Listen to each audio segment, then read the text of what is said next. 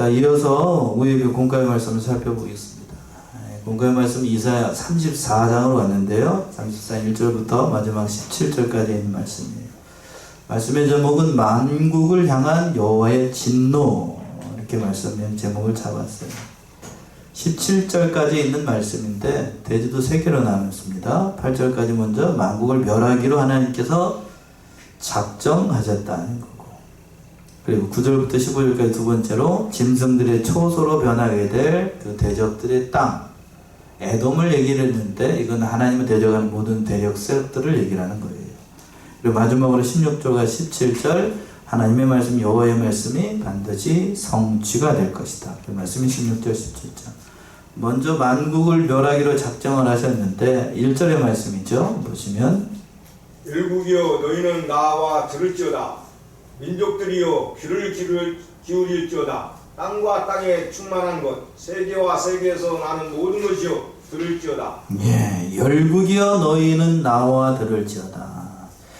34장과 35장은 궁극적으로 하나님의 심판이 이루어질 거예요. 계속 이사야가 그 얘기를 하고 있는데, 이사야는 지난주에 그랬어요. 이미 사도 요한이 깨달은, 사도 요한이 받았던 계시, 천년왕국의 계시를, 하나님 나라의 계시를 사도 요한이 먼저 본 게 아니고 누가 먼저 봤다고요? 이사야가 먼저 봤어요. 그걸 바라보면서 그 영원하신 하나님의 나라가 임하기 전에 이 세상에 임할 그 궁극적인 심판의 날을 바라보면서, 역사적으로는 에돔이 심판을 당하는 거고 아수르가 심판을 당하는 겁니다만, 그 너머에 있는 하나님의 나라를 바라보고 종말의 때, 지금 우리가 말세 종말의 때를 지금 살아가고 있는데 그때에 임하게 될 하나님의 심판을 바라보면서 이렇게 얘기를 하고 있는 거예요. 열국이여 너희는 나와 들을지어다. 열국은 하나님의 선택을 받지 못한 이방 민족을 총칭해서 하는 말이에요. 그러니까 이사야 선지자가 이들에게 나오라 하는 얘기, 나와 들으라는 얘기는, 우리가 이제 좀 있으면은 전도지를 들고 전도를 하게 되는데, 이거는 하나님 앞에 나와서 구원으로의 초청이죠.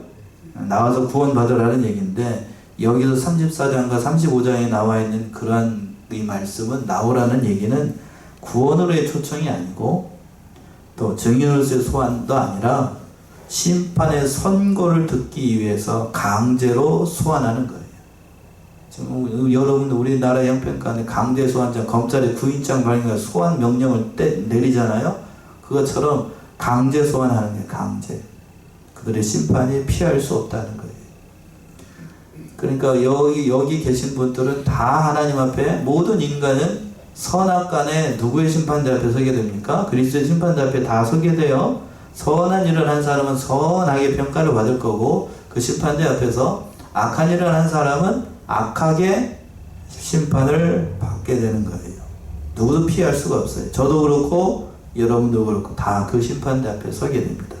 요 심판은, 그러니까 34장에 있는 이 심판은 악인의 심판을 얘기를 하는 거고, 누구도 그걸 피할 수가 없고 그때가 되면 엄중한 심판이 있게 되는 거예요. 3번 얘기를 했어요. 열국이여 너희는 나와 들을지어다. 또 두 번째, 민족들이여 귀를 기울일지어다. 여기도 민족들도 바로 하나님을 대적하는 모든 민족들, 그걸 얘기를 하는 거고, 또 땅과 땅에 충만한 것, 세계와 세계에서 나는 모든 것이여 들을지어다. 이들은 이제 증인으로 삼은 거죠. 하나님이 창조하신 모든 땅과 땅에 있는 모든 세계, 모든 것들을 다 얘기하고, 그 말이 반드시 선포가 될 것이고 반드시 이루어질 것을 공포하는 거예요. 공포. 하나님의 말씀은 1.1학이라도 땅에 떨어지지 않고 반드시 그대로 이루어지게 되지요. 허투루 하는 말씀이 아니잖아요. 그 말씀 여기서 선포를 하셨고 이미 공포한 거예요. 이 공포, 선포라고 하는 말씀이 얼마나 중요한지를 다시 한번 깨닫게 되는 거고, 우리가 장로 장립, 가보신 분들 아시겠습니다. 장로로 장립을 하거나 여러분들이 세례를 받고 세례교인으로 등록된 것을 목사가 앞에서 공포하죠. 성부와 성자와 성령의 이름으로 뭐하노라? 공포하노라 라고 얘기를 하는데, 그 공포, 그러니까 목사가 이 담임 목사의 권한을 가지고 공포하는 건 이렇게 사람이 공포를 하는 게 아니고 누구의 이름으로? 성부와 성자와 성령의 이름으로 공포를 해서 이건 하나님의 법이 적용이 됩니다. 그러니까 단순히 입으로 하는 게 공포가 아니에요. 교회에서 하는 공포는 하나님의 성부와 성자와 성령의 이름을 공포하는 거고, 조금 오늘의 본문의 말씀에 있는 것도 그 얘기를 합니다. 들으라! 라는 얘기는 공포하는 겁니다. 그리고 2절 보시면 대저 여호와께서 만국을 향하여 진노하시며 그들의 만군을 향하여 분내사 그들을 진멸하시며 살육케 하셨은즉 대저 여호와께서 만국을 향하여 진노하셨다. 진노하셨다. 분을 내셨다. 그리고 또 그들의 만국을 향해 뭐를 내셨다? 분을 내셨다.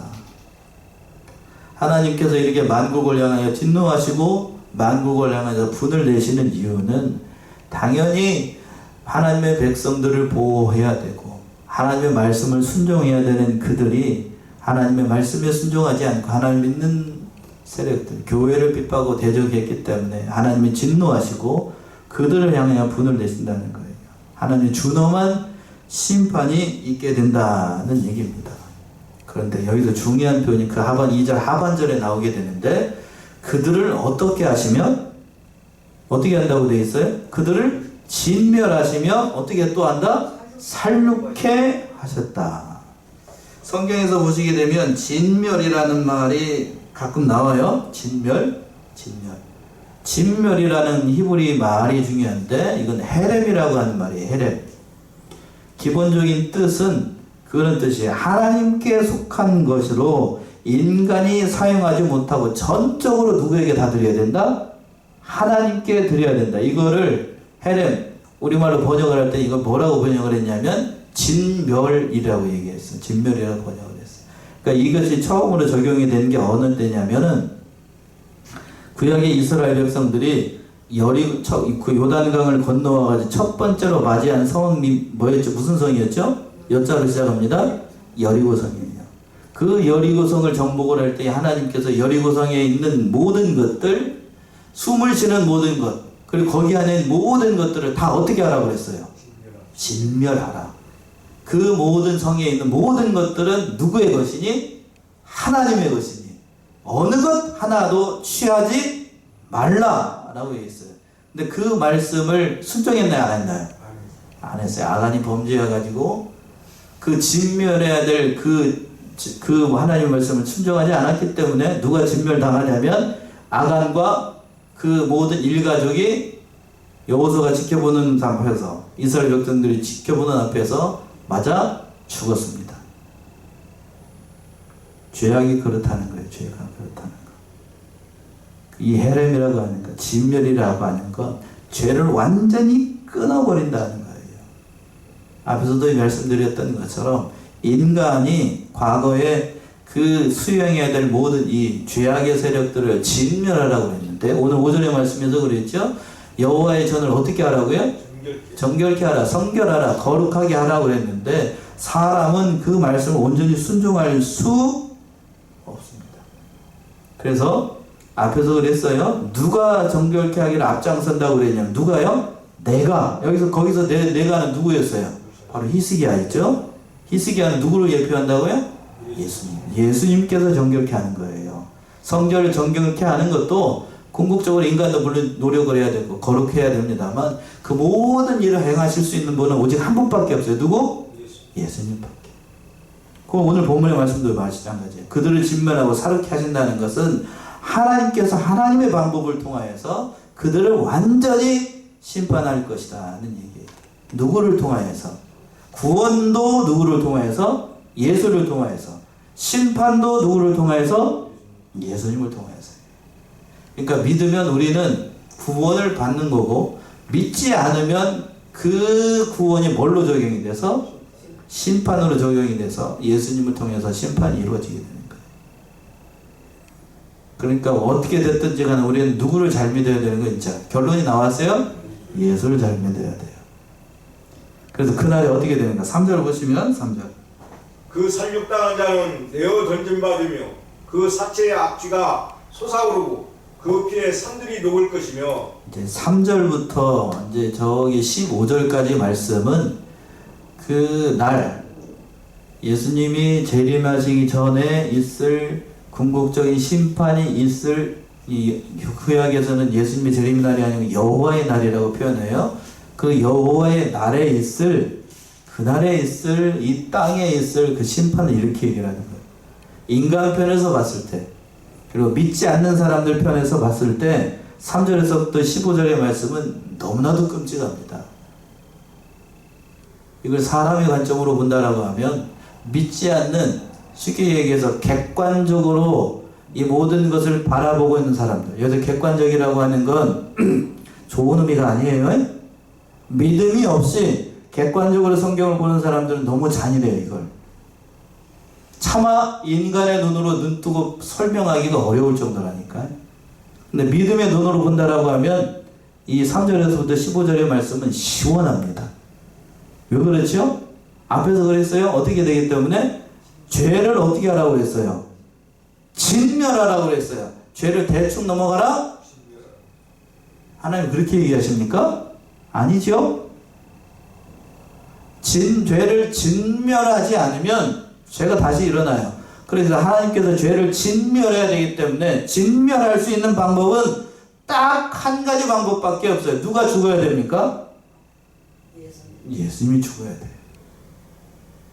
그래서 예수님이 돌아가신 거고, 또 예수님이 오셔서 그 죄를 진멸하기 위해서 그 13절에서부터 15절의 말씀이 죄를 어떻게 하는 과정이에요? 진멸하는 과정이에요. 그러니까 우리는 이 말씀을 정말 믿음으로 봐야 됩니다. 그래서 3절 보시면 그 사륙당하는 자는 어떻게 되고? 내어 던진 바 되고. 하나님 믿지 않는 자들은 이 세상에서 죽은 시체가 땅에 묻히지 못하고 쓰레기처럼 취급받고 내어 던지게 된다는 거예요. 그러니까 아무리 악한 사람이라고 할지라도 죽은 사람은, 죽은 시체는 보통 어디에다 묻습니까? 땅에 묻죠.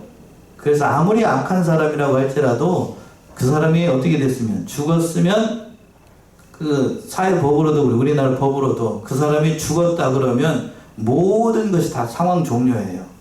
채무도 어떻게 되고 종료되고 그 사람에게 보였던 모든 것도 다 종료가 돼요. 그런데 그건 이 세상에서 나는 얘기고, 이 세상 법에서 나는 얘기고, 그러나 하나님의 나라에서는 그 사람들이 사륙당하는 자가 어떻게 된다고요? 영원히 내어 던진 바 돼요. 무섭습니다. 하나님 무섭다니까요.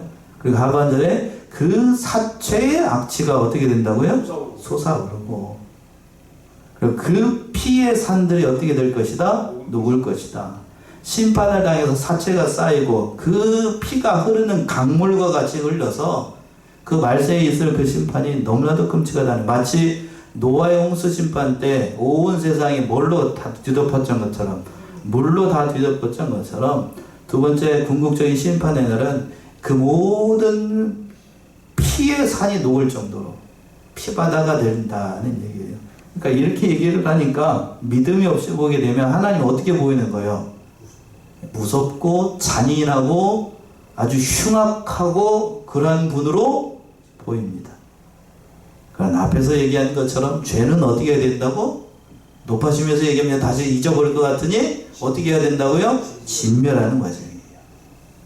또 4절 보시면, 또 4절, 하늘의 만상이 사라지고 하늘들이 두루마리같이 만류되 그 만상의 수잔함이 포도나무 잎이 마름 같고 무화과나무 잎이 마름 같으리라. 예, 하늘의 만상이 사라지고 하나님의 심판의 날, 그 하나님의 심판이 얼마나 철저하면 하늘에 있는 모든 그 전 우주적인 그러한 심판이 이게 된다는 거고, 하늘들이 또 뭐같이 말립니까? 두루마리가 말리는 것처럼 똘똘똘똘 말리게 되고, 계시록을 마치 읽는 것 같죠? 그리고 그 만상의 쇠잔함이 포도나무 잎같이 마름 같고 무화과나무 잎이 마른 것 같다. 세상의 모든 것들은 다 하나님의 심판 앞에서 덧없고 허탄한 것이 된다. 그러니까 그들을 의지하지 말고 하나님을 의지하라는 그런 말씀이기도 합니다. 또 5절 보시게 되면 에돔의 심판이 있게 된다는 것인데, 5절, 여호와의 칼이 하늘에서 족하게 마셨은즉 보라 이것이 에돔 위에 내리며 멸망으로 정한 백성 위에 내려서 그를 심판할 것이라. 예, 여호와의 칼이 하늘에서 족하게 마셨은즉.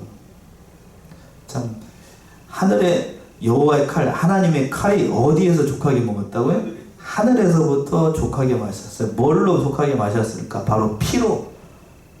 하나님의 그 엄청난 그 재앙의 피로 그들이 족하게 마셨고, 이 말의 뜻은 하나님의 심판이 이미 정해져 있고 누구도 피할 수 없고 작전 가운데 이루어진 것이다. 그럼 4반절에 보라, 이것이 어디 위에 내린다고요? 에돔 위에 내리고 멸망으로 또 정해진 그 백성 위에 내려서 그들을 심판할 것이다. 에돔은 하나님을 대적하는 모든 세력들, 세상의 모든 세력들을 얘기하는 거예요. 역사적으로 그 에돔만을 얘기를 하는 것이 아니라 모든 죄악의 세력들, 하나님을 대적하는 모든 세력들이 결국엔 망해야 돼요. 그 하반절에 있잖아요. 멸망으로 정한 백성 위에 그대로 내리게 될 것이다. 이렇게 돼야 됩니까? 안 돼야 됩니까? 얘기해보죠. 이렇게 돼야 돼요? 안 돼야 돼요? 이렇게 돼야 누가 오시는 거죠? 예수님이 오십니다. 잔인하다 이렇게 보면 안 돼요. 6절 보시면 또 여호와의 칼이 피 곧 어린 양과 염소의 피에 만족하고 기름 곧 수양의 콩팥 기름에 윤택하니 이는 여호와께서 보스라에서 회생을 내시며 에돔 땅에서 큰 살육을 행하심이라.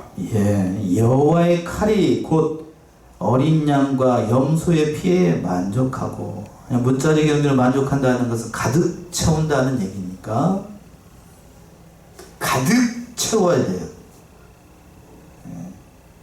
가득 채워야 돼요. 피가 하나님이 진멸하시겠다는 그 수준까지 다 어떻게 해야 되는 거예요? 다 차야 돼. 무섭죠? 여러분 어떻게 보이세요? 이게 무섭습니다. 굉장히 무서워요. 무서워. 궁극적인 하나님의 심판이 얼마나 철저할 것인가.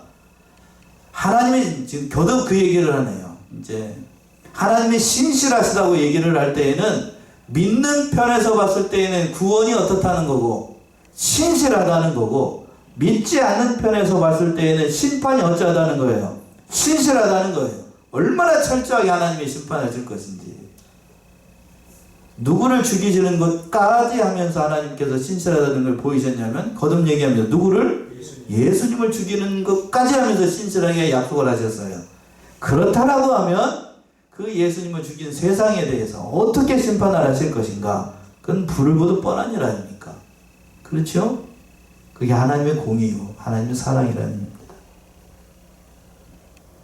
그럼 4반절에서 그랬어요. 기름 곧 수양의 콩팥에 윤택하니. 하나님 심판이 철저하다는 것을 달리 표현한 거고, 또 이는 여호와께서 보스라에서 희생을 내시며, 보스라라고 하는 곳은 사해 남동쪽에 있는 그 에돔의 중요한 성읍 가운데 하나입니다. 혹자들은 이곳이 에돔의 수도였다라고 얘기도 했는데, 일명 그 페트라라고 하는 해발 900m가 넘는 높은 산에 있는 그 천의 요새를 얘기합니다. 그러니까 해발 900m, 내년보다도 높아요. 그곳에 그 깎아지르는 그 바위 틈 속에다, 절벽 속에다가 도시를 세웠으니 안에서 들어가기가, 밖에서 들어가기가 쉽지 않아요. 난공불락의 성입니다. 거기에 의지를 했어요.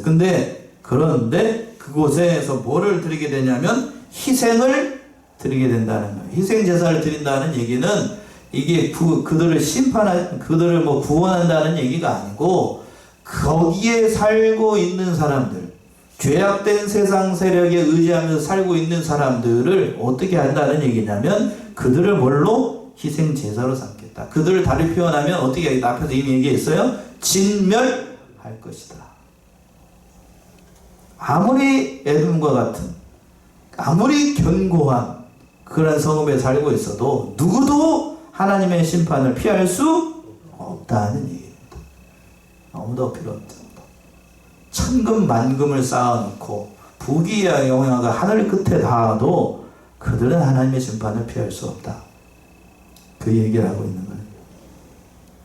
그 말씀이 7절에는 이렇게 표현되어 있어요. 7절 들소와 송아지와 수소가 한 가지로 도살장에 내려가니 그들의 땅이 피에 취하며 흙이 기름으로 윤택하리라. 참 들소와 송아지와 수소가 한 가지로 도살장에 끌려가고, 이거는 하나님을 대적하는 세력들, 역사적으로는 에돔의 그 모든 사람들을 이렇게 표현을 한 거예요. 들소, 송아지, 수소.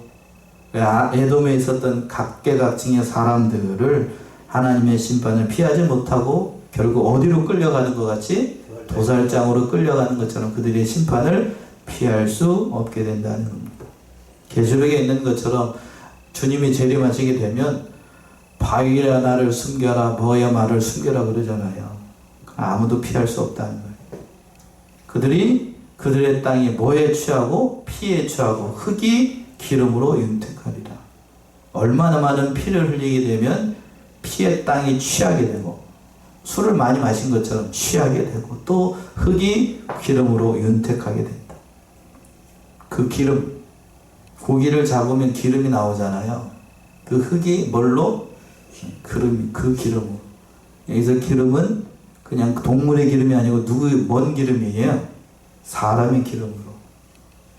참 얼마나 많은 생명들이 죽게 될 것인지를 얘기하는 거죠. 또 8절 보시면, 이것은 여호와의 보수할 날이요 시온의 송사를 위하여 실현하실 해라. 예, 이것은 여호와의 보수의 날, 여호와의 보수의 날. 하나님의 백성들을, 핍박한 백성들을 심판하시는 날. 그러니까 하나님을 대적하는 세력들은 그날이 보수의 날이고 그 모든 것이 진멸받는 날입니다만, 뒤집어서 생각하면, 이걸 뒤집어서 생각해야 돼요. 우리 관점으로 봤을 때는 우리에게 쌓였던 모든 것을 뭐 해주는 날? 말씀에 있어요. 송사를 위하여 뭐 하는 날? 신원해주는 날. 하나님께서 모든 것을 갚아주시는 날. 그날이 되는 거예요. 그날. 궁극적인 구원이 이루어지는 그날. 자, 두 번째 이제 9절부터 15절까지 있는 말씀인데, 그때의 에돔이 어떻게 될 것인가를 말씀한 대목이에요. 세상이 어떻게 될 것인가? 9절 보시면, 에돔의 시내들은 변하여 역청이 되고 그 티끌은 유황이 되고 그 땅은 불붙는 역청이 되며. 예, 에돔의 시내들은 변하여 역청이 된다. 여기서 시내는 그 정읍시 할 때 그 시내가 아니고, 시내라고 하는 건 어디를 얘기를 하겠어요? 냇가를 얘기를 하는 거예요. 에돔에 흐르는 그 강, 에돔에 흐르는 그 물줄기는 뭐가 변해가지고 그 물줄기가 뭐가 되는 거예요? 역청. 그 역청이 뭐냐면 코발트라고 얘기하는데 석유 일종이에요. 석유 일종. 시내는 물이 뭐가 되는 거예요? 불에 잘 타는 그거 바뀌게 돼요. 거기다 불 던지면 어떻게 되겠어요? 확 타겠죠. 그리고 티끌은 뭐가 되고 또 유황이 된다. 여기서 유황은 우리가 알고 있는 유황오리 할 때 그 유황 아니고, 화약을 제조할 때 쓰는 가연성이 강한 그러한 그 물질이에요. 그러니까 거기다 또 불을 던지면 어떻게 되겠어요? 화약이 제조니까 뻥 터지겠죠? 그리고 그 땅 불붙는 또 앞에서 역청이라고 그랬어요. 그 땅마저 불에 타. 그러니까 하나님의 심판이 이르게 되면 소돔과 고모라가 하나님의 불에 의해서 다 타버렸던 것처럼, 두 번째 심판은 무슨 심판이라고 했어요? 물 심판이 아니고 무슨 심판이라고 그랬죠? 불 심판이라고 그랬으니까 그 세상 세력들, 그것들이 다 불에 타는 심판. 아무도 살 수가 없다는 것이죠. 그런데 그것이 한 번 타면 끝나는 게 아니고, 30절 보시면, 10절, 낮에나 밤에나 꺼지지 않고 그 연기가 끊임없이 떠오를 것이며 세세에 항마하여 그리로 지나갈 자가 영영이 없겠고. 예, 낮에나 밤에나 꺼지지 않고 그 연기가 끊임없이 타오를 것이다. 예, 이제 역사적으로는 에돔이 그렇게 된 거고, 하나님을 대적하는 그 궁극적인 심판이 있게 되는 거고, 이거는 또 누가 거하는 곳이, 그곳을 예표를 하는 거냐? 누가 거하는 곳일까요? 여기서 계시록에 이미 얘기했어요. 계시록 21장과 22장에서 누가 거하는 곳, 하나님을 믿지 않는, 대적하는 모든 원수들과 또 궁극적으로 누가 잡혀서 들어가는 곳, 예? 사단이 여기 들어가는 거죠. 유황 무슨 못? 뭐 어디를 얘기하는 거예요? 이게 어디를 얘기하는 것 같아요? 낮에나 밤에나 꺼지지 않고 그 연기가 끊임없이 타오르는 곳 어디예요? 지옥이죠, 지옥. 지옥을 이렇게 얘기한 거야. 세세에 황무하여 그리로 지나갈 자가 영영이 없는 곳. 끔찍한 곳입니다. 끔찍한 곳.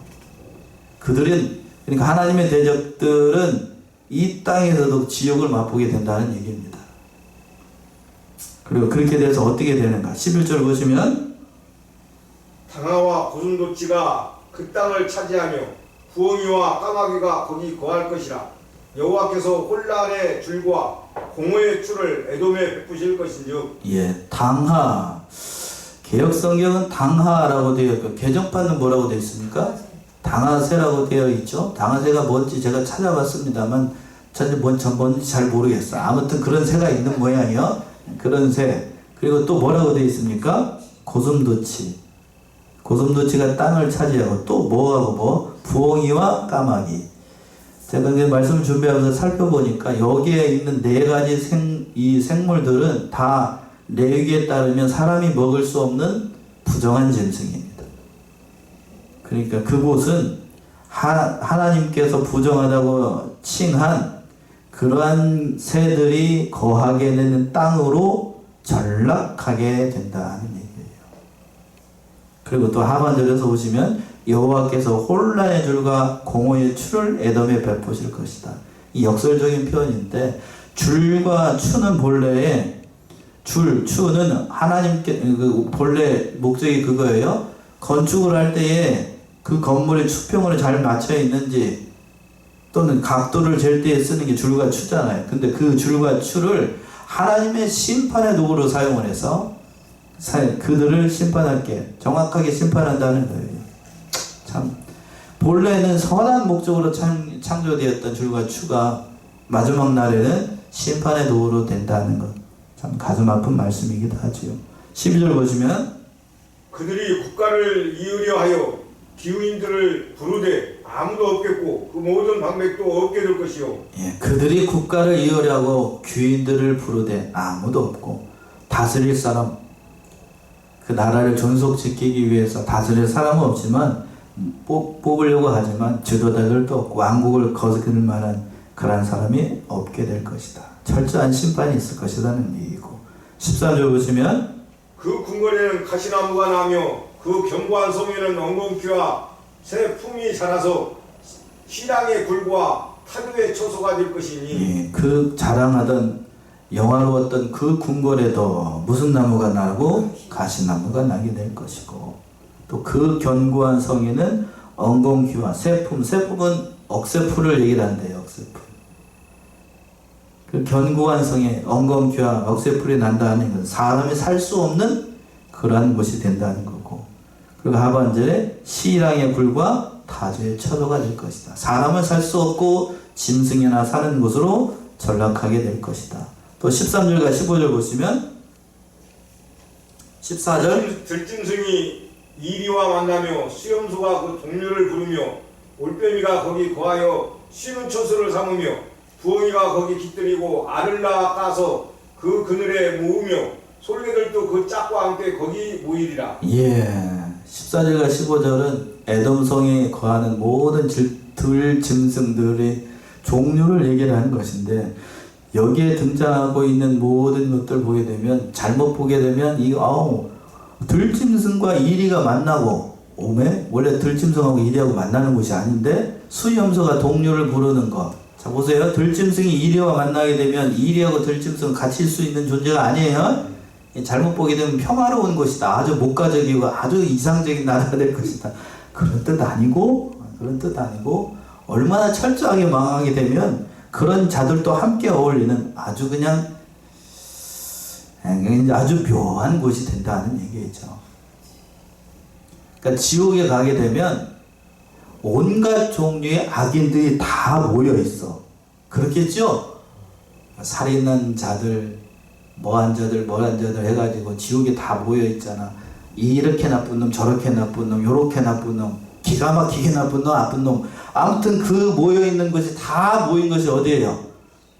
지옥이잖아요. 그 얘기를 이렇게 표현한 거예요. 들짐승 이리어 만나고 수염소가 그 동료를 부른다 하는 얘기는 순염소는 혼자 사는 동물이야. 성질이 지랄만 해가지고 자기 혼자만 잘난 줄 알고 사는 게 순염소라고 합니다. 근데 수염소가 다른 동료를 부른다는 것은 나만 죽을 수 없으니 너도 같이 죽자. 그 얘기를 이렇게 해요. 또 올빼미가 거기 거하여 쉬는 처소가 될 것이다. 올빼미는 사람의 드문 밤에만 활동하는 야행성 그 새죠. 올빼미 여러분 좋아하십니까? 눈은 이렇게 커가지고 부엉이도 비슷하게 생겼는데 귀가 있는 게 부엉이고 귀가 없는 게 올빼미라요. 아무튼 뭐 그렇다고 하는데 올빼미 부엉이가 울게 되면 밤에 느슥한 밤에 부엉부엉 울고 올빼미가 울게 되면 그 좋습니까? 기분이 좋아요? 아니면 그 뒤끝이 쭉 삐습니까? 음산해가지고 뭐가 나올 것 같죠? 귀신이 나올 것 같은 그런 으스스한 밤. 올빼미가 거기 쉰다는 얘기는 좋은 의미가 아니에요. 사람은 살지 못하고 그런 생물이나 사는 곳이 된다는 얘기예요. 15절에서 부엉이가 거기 깃들이고 알을 낳아까서 그 그늘에 모으고, 좋은 의미가 아니에요. 그런 짐승만 있는 곳, 그런 유의 사람들만 사는 곳. 그리고 솔개도 그 짝과 함께 거기 거하는 것. 솔개 역시 마찬가지죠. 솔개는 하나님께서 성경에서 보시기에는 세상을 심판하는 그런 동물로 자주 이용을 했어요.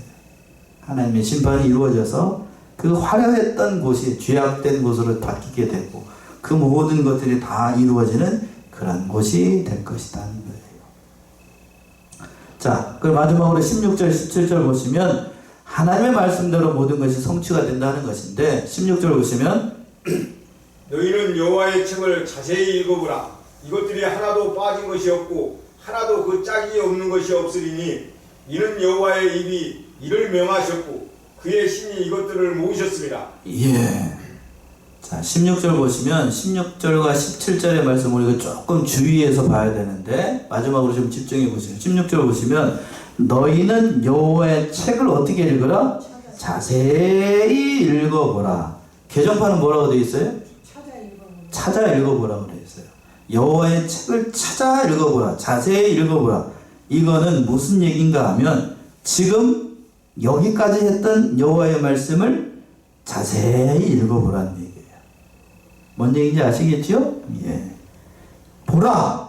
이것들이 하나도 빠지는 것이 없고 하나도 짝이 없는 것이 없으리니 이는 여호와의 입이 이를 명하셨고 그의 신 이것들을 모으셨기 때문에. 이 말씀의 뜻은 뭔가 하면 그 모든 말씀들이 다 하나님의 말씀에 기록된 대로 다 이루어져 있게 될 것이고 세상을 심판하시겠다는 그 하나님의 언약의 말씀들이 반드시 세상 가운데 이루어진다는 얘기예요.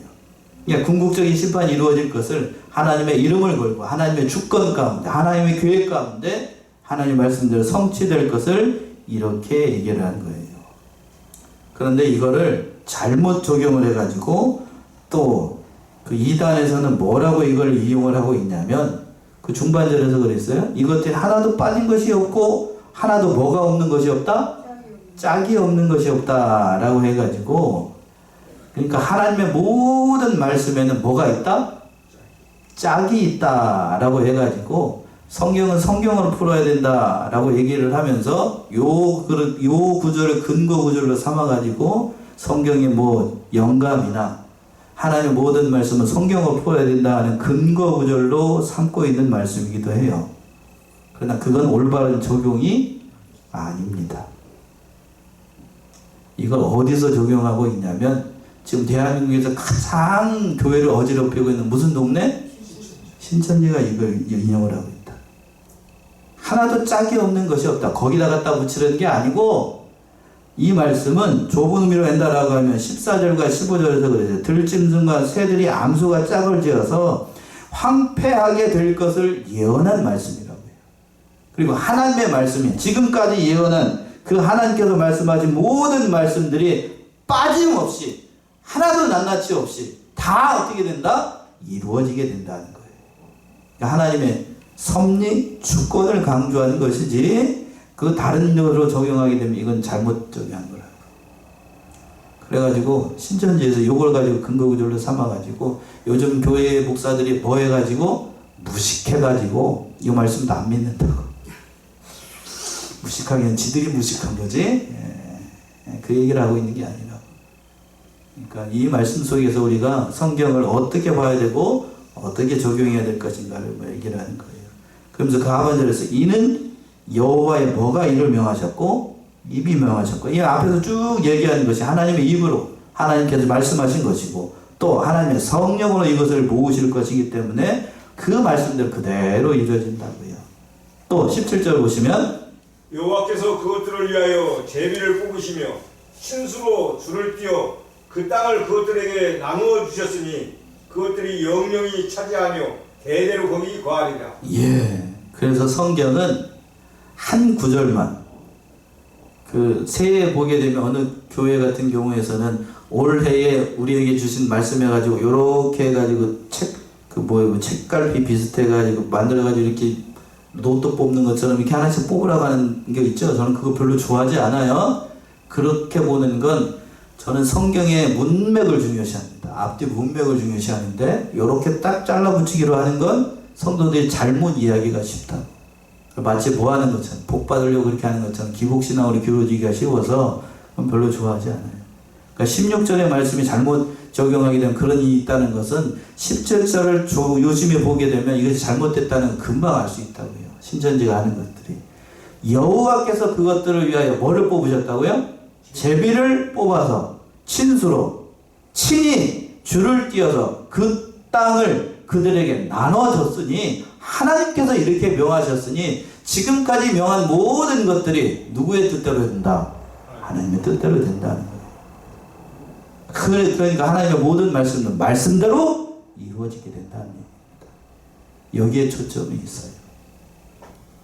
다시 높아지면서 말씀드립니다만 하나님의 심판은, 하나님의 궁극적인 심판은 믿지 않는 자들에게는 그것이 재앙이고 화가 되겠지만 믿는 자들에게는 그것이 구원이 되고 복이 된다는 사실을 깨닫고 우리는 어찌하든지 어느 편에 서야 되겠어요? 믿는 자 편에 서야 되겠어요? 안 믿는 자 편에 되겠어요? 믿는 자 편에 서서 복과 은혜를 누리는 사랑하시는 성도님들 모두가 되시기 바랍니다. 기도하겠습니다.